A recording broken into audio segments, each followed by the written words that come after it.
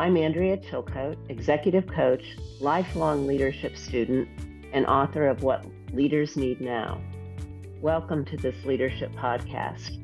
My special guest today is a psychologist, author, speaker, and a remarkable woman, Dr. Maja Djikic. Let me read her bio so you can get a sense of all of what she's accomplished. Maja is a personality psychologist specializing in adult development. She has a PhD and is an associate professor of organizational behavior and HR management, the executive director of the Self-Development Laboratory, and the academic director of the Rotman Executive Coaching Certificate Program at the Rotman School of Management, University of Toronto.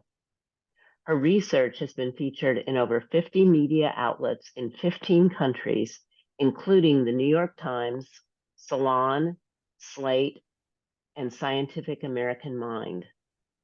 Thinkers 50 has selected Maja as one of 30 thinkers around the world whose ideas have the potential to shape the future of organizations. Her first book, The Possible Self, A Leader's Guide to Personal Development, was published in March 2024 by Barrett Kohler. Maja, I am almost giddy to be interviewing you, an accomplished personality psychologist who embraces the idea that we are not, as you say, set like plaster. And I'm even more excited having read your new book, The Possible Self. I'm just thrilled to have you here, and I have so many things to ask you. Welcome. Thank you so much, Andrea. Incredible pleasure to be with you. I look forward to our conversation. Oh, I do too. And like your book's central topic, I hope our conversation can be about how people can change deeply, as you say, without falling into old ways of being. Before we get into that, can you briefly talk about personality change and the latest neuroscience research? Up all the way until maybe 1990s, late 1990s, if you were to send to academic journal a paper that showed some sort of personality change, they would return it to you and they would say, we can't accept this for publication. Yes, we know the data says that personality changes your data, but by definition, a personality is stable. So your data in your paper is impossible. So there was such a strong bias that personality is just this stability in how we are. And it took a while. It took neuroscience, like a number of tries. And as we see early 2000s, suddenly you could see transition, publication of papers, publication of some very important influential books about how the brain changes itself. And I think there's one book with that name, How the Brain Changes Itself, that shows that really we are continually evolving and that our experience all to the end of our life, that our brain is shaped through the experiences and through the learning. So basically our neurology, our brain and nervous system evolves with us. So we're not stuck like plaster. We're continually moving and evolving, and that change is possible all the way until the end of our lives, until our very last breath. Thank goodness. And thank goodness that research finally validates what people like you and I who do this work, this change work as coaches, and you teach coaches and do research that supports this work. Thank goodness it supports what we do and what we know. In your book, you say something also that we know as coaches firsthand, that one of the reasons that we fail to change is that we focus our attempts on behavior. Can you talk about what's missing? What's missing is the rest of the self. We know that we're not just behavior. So we are also our emotion. We're also our thoughts. We are also our motivations. We are also our history, right? That is all kind of recorded in our neural system. And so if you have these 5 parts of the self, and if you're trying to change, just kind of pulling the behavior one way when the rest of the self is moving the other way is both very painful and not very successful. It effectively requires us to fragment ourselves to be able to change. And so that is why most attempts at behavior change that are sustained purely by willpower and forcing the behavior tend to fail. Because we miss all the other parts of the self, and we don't engineer ways to have them move at the same time as the behavior. I love that you use the word engineer. And in your book, you have a brilliant model that you've created called the Wheel of Self. And that is in a way of engineering that change. And so I'm hoping you can walk us through a simple way. You certainly can't recreate what reading the book can do, but if you could walk us through a simple desired change that's influenced by all parts. And I say simple lightly because, maybe I want to eat fewer cookies, or I want to, manage my inbox and my Outlook differently. It sounds like I just need to change my behavior, right? But none of those are simple. But could you give us an example that maybe everyone listening and watching today could understand? So let's say that you want to eat less cookies. Most people have this kind of thing. They want to eat one thing and they don't want to eat something else. So it seems very simple, right? Just stop eating the cookie. Don't buy them. Don't put them in front of you. If people offer, you say no. But it's not as simple as it seems. Why? Because even when you refuse the cookie, you still want it, and therefore you exert willpower not to have it. It seems like a simple behavior problem. Just buy less of it, don't have it in front of you, use the situation and external resources, you know what you're doing it for, you're going to be healthier. And so the question is, why do we fail at it so frequently? And why do we, while we have willpower, manage to stay away from the cookies, but as soon as the willpower runs out, we reach for it? The reason for it is that we haven't really changed the whole self. And so when you look at somebody who has struggled, let's say, in staying away from the cookies, what happens in the wheel, if you look at each wheel of self, if we had to go through and change each part of the wheel, so we would start with motivation. In motivation, we would need to understand a deep reason why we're having a cookie. And the deep reason why most of us have a cookie isn't just for the cookie. It's because it gives us a sense of comfort, familiarity. Maybe we have some nostalgia. Maybe we have a sense of peace. So it gives us something that we didn't know we were getting from this cookie. The second thing about emotion is that if you want to make some changes and adjustments in emotion, is that you have to understand what happened just before the cookie. So is it that I was upset in my relationship? Is it that I had too much work to do and I got restless? Is it that I was experiencing existential boredom? So basically what we're doing, we're being detectives in trying to kind of find the deep causes. So before the cookie, there's restlessness or maybe some sort of emotional dysregulation. Why? Because there's an emotion of, and then we look, what is the underlying emotion that makes us reach for this cookie? It can be something like guilt or shame or long-standing frustration, resentment, anxiety, sadness. All right, so we then take what, we move through the circle and we try to understand what underlying constructs or beliefs caused, right, that emotion in question.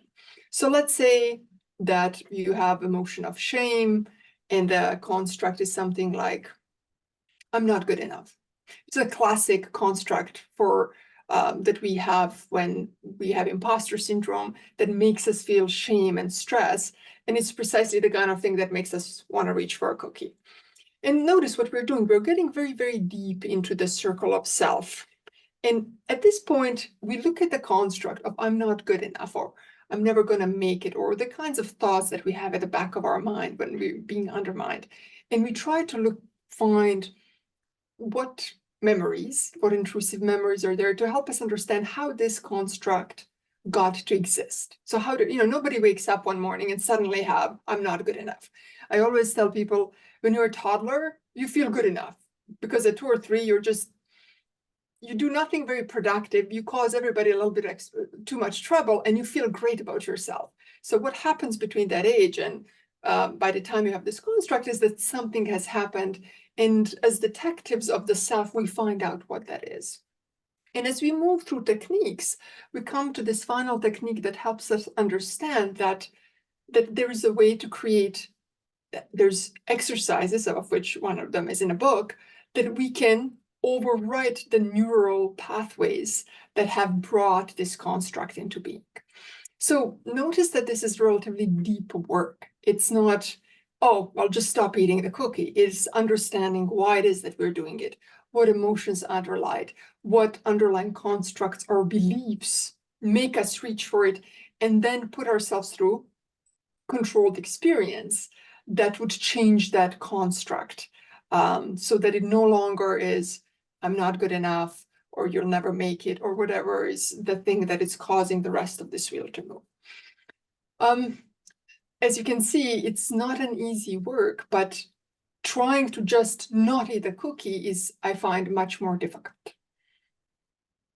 I love that. So I love the phrase simple, not easy. And I ask you for a simple example, and you said it's not easy work. And this is a classic simple, not easy. And it's much better than the difficult work of trying to just not eat cookies.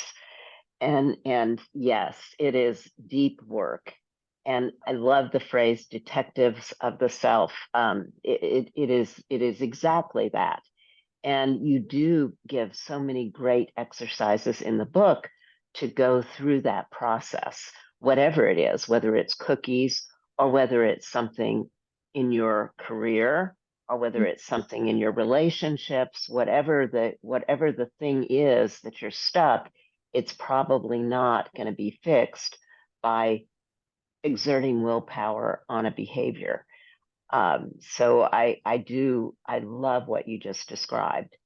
I also was struck in your book, there's so many things, your discussion of wants versus goals. And I don't think I can ever think about goals the same way again.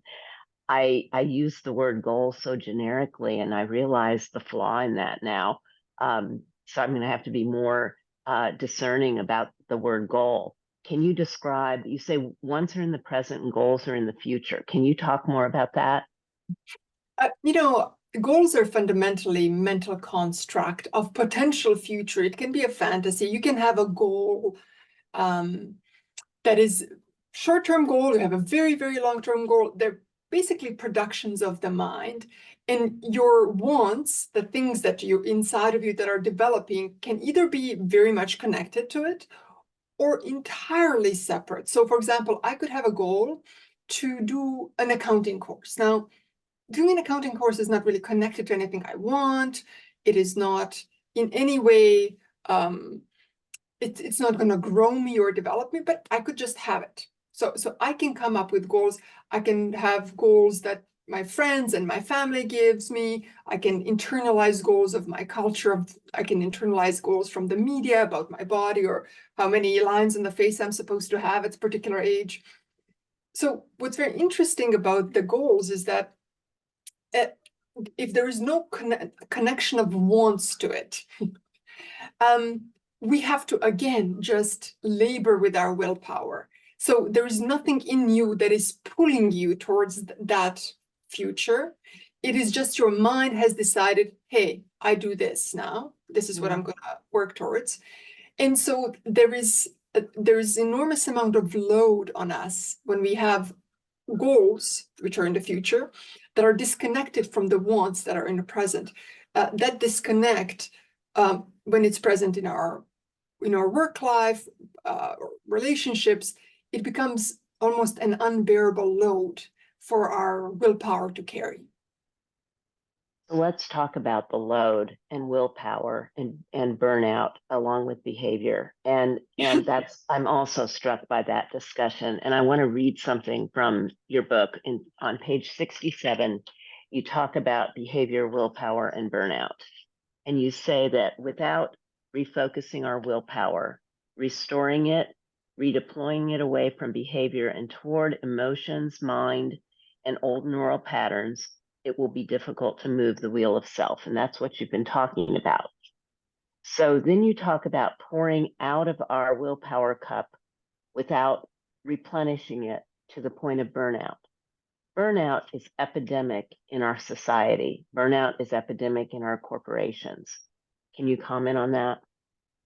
Thank you for asking that question, because when I think of practical things about how we lead our everyday lives, there's nothing like that, this idea that we have all just a cup of energy, and that every time we do something we don't want to do, we pour out, and that every time we do something we do want to do, we pour in. And how basically what burnout is, when you keep pouring out more than you pour in, and you're always, scraping the bottom of the cup until basically it breaks. What I find fascinating about burnout, and about being drained, which is what a lot of people are experiencing, particularly post-pandemic, is that we have somehow constructed our workplaces as places where we just get drained. And then we are supposed to come home and get restored. And it does not have to be like that at all. If you think that work is a place where you get drained and you just drag yourself home and then now you're supposed to restore, we're going to be in for some disappointments, because what happens at home is that you're going to, if you have kids, your kids are going to put demands on you, on your willpower, so you're going to be continuing to pour out. If you have elderly parents, they might have illnesses that are going to make you pour out of this cup, so that basically your ability to restore will diminish until it's non-existent. So in order for us to really understand sort of the cup of willpower, we need to make sure that we're pouring into it during the day while we're working, as well as when we go home, potentially. And for what that requires is not getting higher salaries and getting more promotions. It's requiring us to do the work that we find interesting. So whenever people talk about lack of engagement, the way that people try to increase engagement and lower burnout is to give people more vacation time and, pizza Fridays or other things like this. Thank you for doing that. Thank you, Andrea, for doing that. Because it is embarrassing and it is demoralizing for people. People don't need pizza on Friday. They need to do work they find interesting, which means that there needs to be co-creation of interesting work, maybe role rotations, maybe ways to cross-train to keep people interested. We need to ask people about what projects, what aspects, what part of their work they find interesting, and guide them there. However, that means that we guide people towards things that are not necessarily their strengths, because we're interested in things that we don't know as well. So otherwise you would become an expert. Once you're an expert, you're no longer interested in. I feel like you want to say something. Go ahead. I think it's all linked though to this other work, because if we develop ourselves, we know what we want. And it's similar to this wants and goals. We set these goals that perhaps someone else set for us, or we should have, like the salary or the promotion, instead of our wants that are in the moment. And we don't even know what we really want. We think we don't want cookies, but we really want something much deeper than a cookie.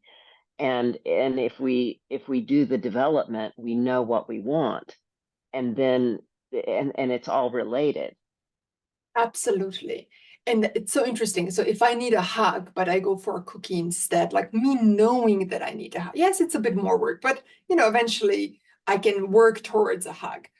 And if I'm at work and I know that one kind of work is no longer stimulating, and I can go to my supervisor and say, hey, I'm still very motivated. I just need to pivot a little bit towards these kinds of projects, or I want to learn to work with this kind of technology, or I want to experiment a little bit here.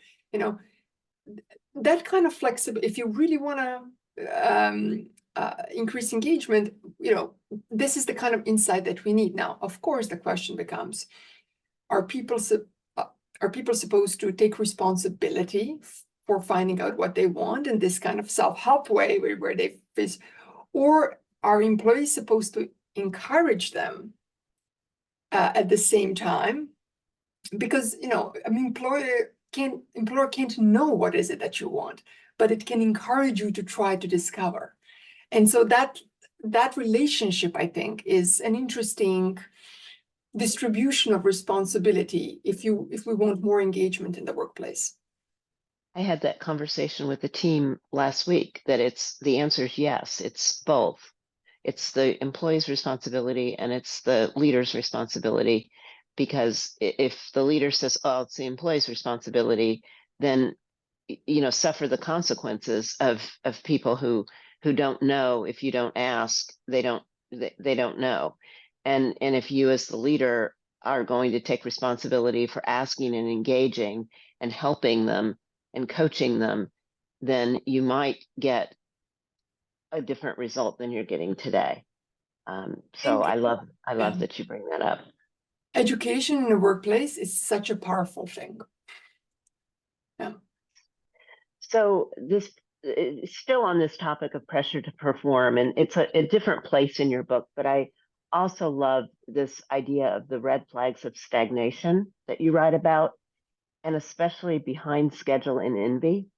I have not seen this model before, that the way you talk about it. Can you talk about that? I love behind schedule. I think everybody implicitly understands. It is when we compare ourselves to other people, maybe with whom we grew up or went to school with, or people we know, and see whether or not they've outperformed us, whatever career line they are. And and people feel that, let's say, even about having a family, or, oh, this person had a kid 3 years before me, or so this continual feeling like you're not in the place you need to be. So this feeling being behind the schedule, by this age or by this time, I was supposed to do X, Y, and Z, usually indicates not that you are behind the schedule. It indicates that you're moving in direction that is underfulfilling and you're not pivoting, right? So to have a sense that you're on schedule doesn't require you to hit some kind of developmental milestones. It just requires you to do the deep work on knowing what you want deeply. So this is that developmental potential that's pulling you. And then just being in it. So it's not tomorrow thing or the day after or a week or 2 years from now. That's the feeling of in the moment when it feels right. And I'm sure most of your listeners have had that experience that I'm exactly where I need to be. That one moment of whenever it is in their life where that so that's the opposing counterforce to I'm supposed to be doing something else. I'm supposed to be here and I'm supposed to be there. I think of it as an existential FOMO there. I'm missing out, but from a very broad existential perspective. And the feeling of fulfillment, development is its counterpart. It says, this is exactly where you need to be. This is exactly what you need to be doing. And it basically takes out time, takes out temporal dimension. And I find when you're being fulfilled, you're not experiencing time in the same way anymore. Because it's almost like your being, it got kind of stripped of preoccupation with time or what age you are or where you're supposed to be. That whole aspect, it just falls away. It's a very powerful, magical thing when it happens. Certainly motivational for those who are listening and watching this. And what about envy? Envy. Most people don't like to feel envious. It makes them feel like a bad person. So they, oh my God, I envy this person's the way that they're so free and easygoing in the social situations. And then you feel like, oh God, I shouldn't feel envy. That's a bad thing. The way that I consider envy is a great signal to us about what is it that we want developed in ourselves. So, for example, if I go to a party and I see somebody who's very comfortable in their skin, very authentic, and I think, oh, I envy that person for how it is that they are being in this party, and I'm feeling very stressed and constrained and kind of uncomfortable. Instead of going home and feeling bad about myself that I'm envious, that can be a signal to me, that's something that I want. So, you know how we're finding it difficult to connect to what we want?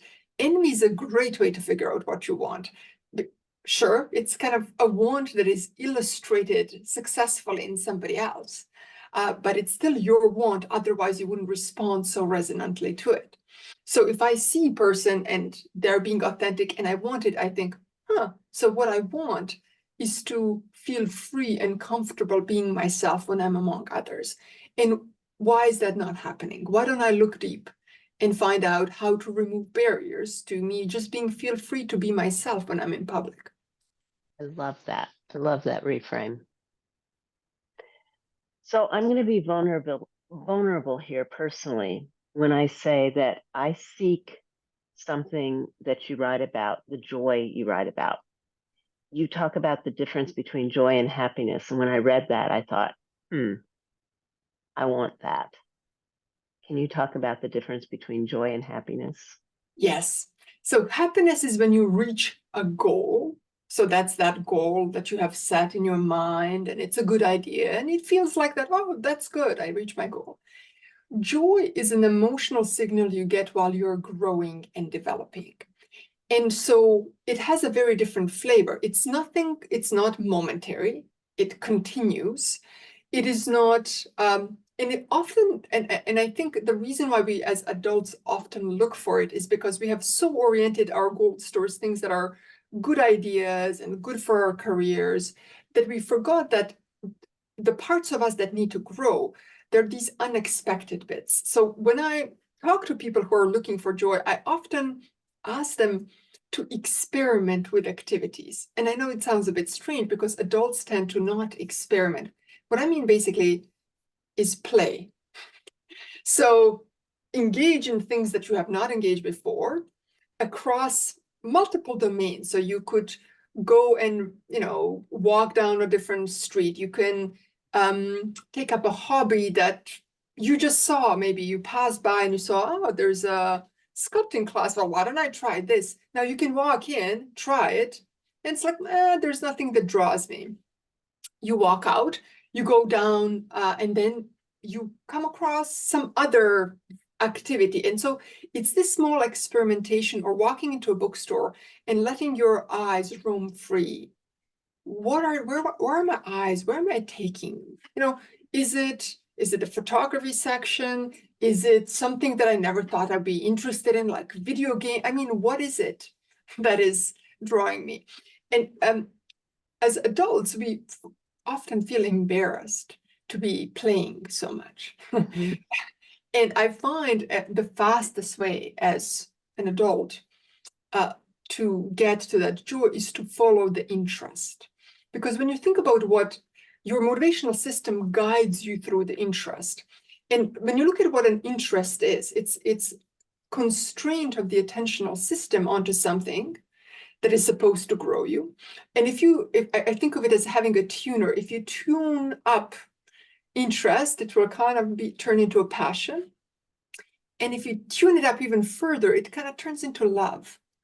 This is why we, even people that we are interested in, if we continue to be interested in and we feel joy being with them, it slowly moves the dial onto love. So the way often I keep joy in my own life, and I'll be vulnerable too, I sometimes take up activities that just are ridiculous from perspective of other adults. 5-6 years ago, I don't know how I had a friend suggest this, and I was just like, well, why not? Let's go and take a fencing class, with the little swords. I mean, you would think somebody over 40 would not be thinking of taking a fencing class. I never any experience with it, but it was so much joy. Now, if it was something else that didn't interest me, you just pass it. I was like, yeah, that doesn't sound like I don't want to do that. But once you don't want to do something, once you take the constraint of what would Uh-huh. people think, Uh-huh. this is a ridiculous way to spend my time. It doesn't improve my career, it's just something you want. So I think if we can get to cherish and really respect what we want, to kind of hold it almost as sacred as this thing that I want. I don't know why I want it. I want to try it. It seems ridiculous, but I'll try this thing. And I'll take it as long as it gives me joy. And then when it doesn't give me joy anymore, I'm going to stop it. I mean, this is not, I'm playing. And if I play, I can stop playing. And I can go and play elsewhere. So that took 6 months. And then after that, I know I took up horseback riding. Love it. Again, I I mean, love it. slightly life-threatening, but and medieval as well. But this, I think the constraints we have as adults prevent us from following with these playful, joyful, developmental parts of ourselves. This is a takeaway. There's so many takeaways personally from your work, and this is the takeaway. I have a colleague who we have conversations about doing things that are fun, and we say fun. What would be fun?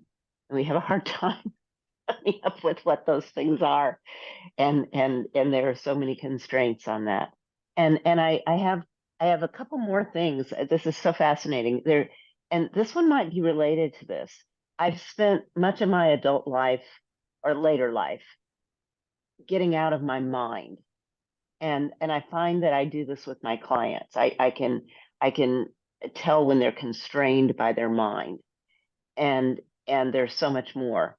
And you define the three minds and the limitation of the conscious mind. And I love that you define how fast the conscious mind processes versus the unconscious mind. And so can you talk about the three minds? Can you tell us about the three minds? For sure. You have the conscious mind, which is, I think of it as like a slow crunching, calculating machine with very small capacity. It's like 4 plus minus 1 things in it and 50 bits per second of processing speed. So it's kind of mind that you use when you're calculating a tip on your meal without a calculator. So you're just in your head, you're calculating. Then you have this vast unconscious mind, which is where most of action is. All of your sensory perceptions, it's like a minimum 11 million bits per second. We're talking about a huge cruncher of data that most of the time does most of the. So right now, for example, we're talking, everything that's coming out of my mouth is not filtered through the conscious mind. It just goes straight from my expertise in the unconscious and out of my mouth. And somehow in that process, it got organized and shaped in the right way so that it's supposed to sound coherent. So you have these two minds. And if these are the two minds, the only two minds we've had, we would have no ability to look inside of ourselves. Because basically, you have two data processors. It's the presence of the third mind that allows us to sit back. It's the observer mind. It's the mind that can guide attention and say, I have these thoughts, what is this thing? So the presence of the mind that observes the two others, if you can sit back a little bit and watch the mind go, you realize that you're not basically under control of these two minds. So because mind is very funny. It can make any kind of argument. One moment it will tell me that I'm really upset at my friend because they did X, Y, and Z. And the next moment it'll say, no, but they're a wonderful friend because X, Y, and Z. And so the mind will turn around and it can make argument for any case. It's like a lawyer you pay, right? So whatever you need them to say, that they can say it because they're your lawyer. And so the mind is our lawyer. So whatever our maybe motivational system wants in the moment, whatever our emotional system is fired by. And so if we had no third mind, meta mind, we would never be able to deeply reflect into ourselves. And so what I think is really important is to, when you're exploring yourself, not to let the conscious and the unconscious mind run the show. Because they'll say, well, why are you doing this? There's no point in doing this. And you're never going to, like, they're just going to, and the observer just sits back and say, wow, you're very chatty. Can we just relax? I can see it happening, but I'm just going to sit here and observe deeper parts of myself. Like, yes, I see what's happening, and this deeper part the observer can use the mind. So we can use the mind to go through the exercises and so, but we're not used by the mind to act and do things that are taking us in a other direction, wrong direction. I love it. Thank you. So one of the most wonderful things about your book is that you offer practical exercises. So every one of us can work through the wheel of self. And if I wrap up our conversation by circling back to what you started with in the beginning, by giving the example of the cookies that you made very complex in terms of the motivations, the emotions, all of the aspects of the wheel of self. I want to go to your last section of the book where you talk about the embodied past and the experiences that we literally carry in our bodies. And you make the distinction, a really important distinction, between what we call adverse childhood experiences, adverse childhood events, which are the traumas that happen to some people in childhood, and where we need to seek the help of psychotherapists, psychiatrists, and the difference between those and what you call significant events that impact our constructs and thus our outcomes.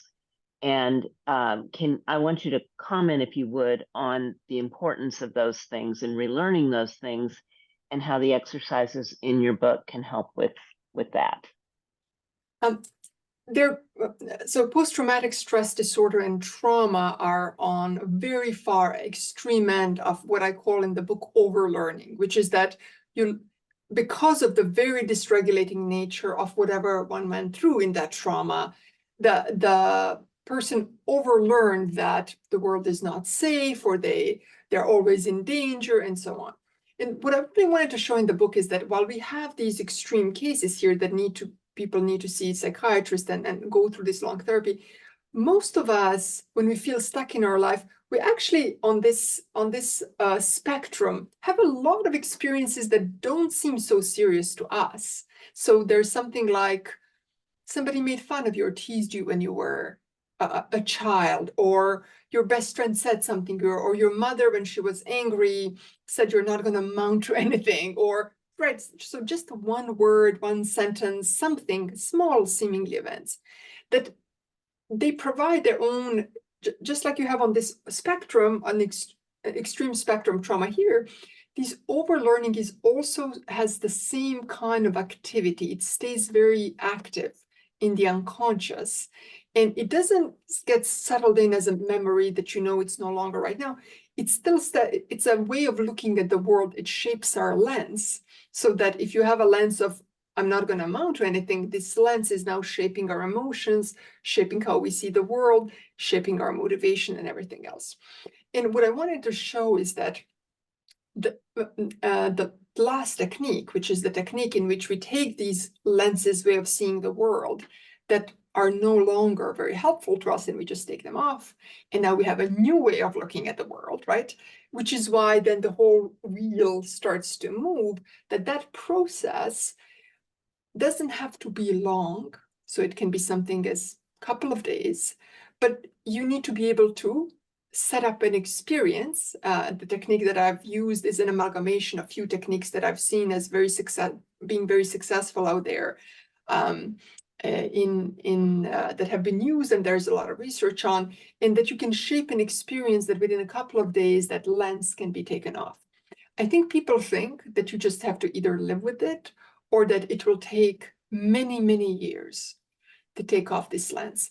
But if you know how to overwrite neurally an experience, then you can create conditions, as I did in the book, what conditions are necessary to do relatively rapid overwriting of experience and to make sure that these lenses are changed and that the closed ways of looking at the world get to open up. Without that, a lot of our therapeutic interventions basically are doing everything except that last bit. And then it's like having insight, why everything is, but you still feel the same and you still have the same impulse and you still can't help but enjoy that cookie. Because it's in your body. Because it's still in your body. And if you move that thing inside of your body, it's not that you don't have the cookie, you no longer want the cookie. That's right. How beautiful. Yes. Maja, this has been an absolute treat talking with you. This is especially so for those of us who help people make change, anyone who's interested in making change, involved in lifelong change, because it is a lifelong process. We're not set like plaster, like you said. And those of us who are on a lifelong development journey, and so many are. If you all who are listening would like to read more about the topics we discussed, you can get Maja's book, The Possible Self, on Amazon, Barnes & Noble, Books A Million, Hudson Bestsellers, Target, and Walmart. I can't thank you enough for taking time out of your busy schedule. You're doing a book launch. Thank you for joining me here today. It's my pleasure, Andrea, and it gives me such pleasure to speak to professionals like you who make change in people's lives all the time. And so it heartens me to know that I've written something that can even be useful to a really seasoned coach like you. So it means a lot. Well, I've already recommended your book to so many of my clients, and I'm working through the exercises. So it's very, very valuable. When we first talked, you said you love giving people hope, and that's what this does. So thank you. Thank you. For those of you listening and watching, thank you for being part of this conversation. Be sure to subscribe to our podcast on YouTube by hitting the subscribe button below, or go to my website, whatleadersneednow.com, to see our library of past episodes. Thank you for joining us, and be well.